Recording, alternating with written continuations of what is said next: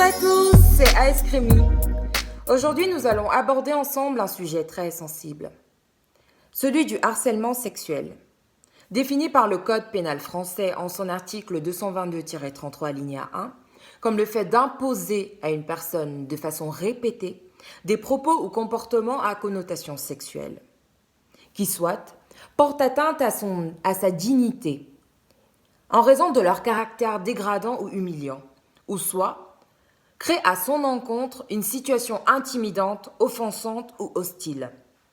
Au quotidien, le harcèlement sexuel peut se matérialiser par des gestes évocateurs, des propos salaces, une main posée sur vos fessiers, des remarques sur votre décolleté plongeant, ou encore des mots chuchotés à vos oreilles du style « tu es de plus en plus bonne ».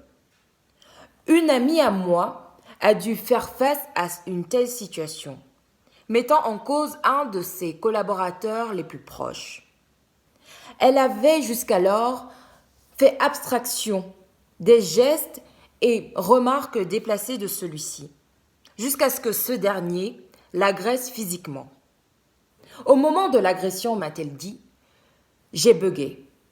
Quoi de plus normal lorsque vous n'avez jamais consenti à être intime avec l'un de vos collègues que d'être en état de choc lorsqu'une telle situation survient. » Que faire?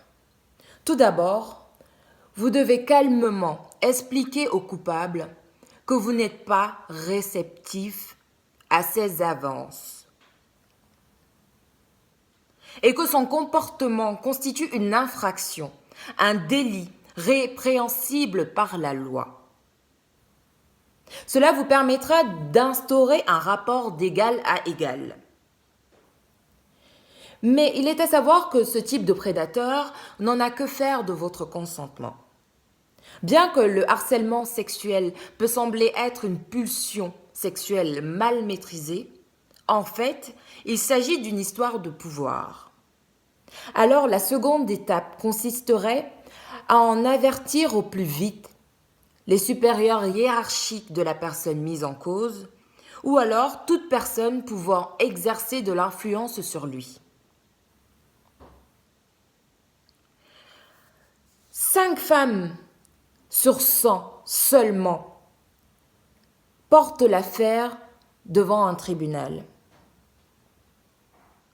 Une femme sur 5 est agressée sexuellement sur son lieu de travail, tandis que 3 sur 10 seulement des personnes agressées rapportent les faits à leurs supérieurs hiérarchiques. Comment rassembler des preuves? Tenez un carnet de bord dans lequel vous consignerez tous les événements constitutifs de harcèlement sexuel de la personne considérée, avec date et heure, en étant d'une grande précision dans la description des faits. Cela est très important, car en cas d'action judiciaire, cela va créer un faisceau d'indices concordants, ayant pour but de faciliter la procédure, mais aussi de prouver que vous tenez un discours clair, cohérent et organisé. Si vous êtes victime de harcèlement sexuel, ne culpabilisez pas.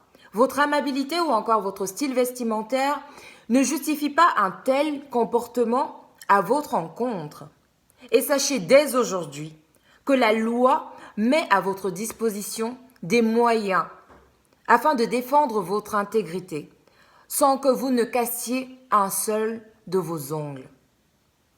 Je vous invite alors dès maintenant à partager le plus possible cette vidéo, à la faire circuler, car quelqu'un en ce moment a besoin de savoir qu'il a des moyens de se défendre. À bientôt. Salut.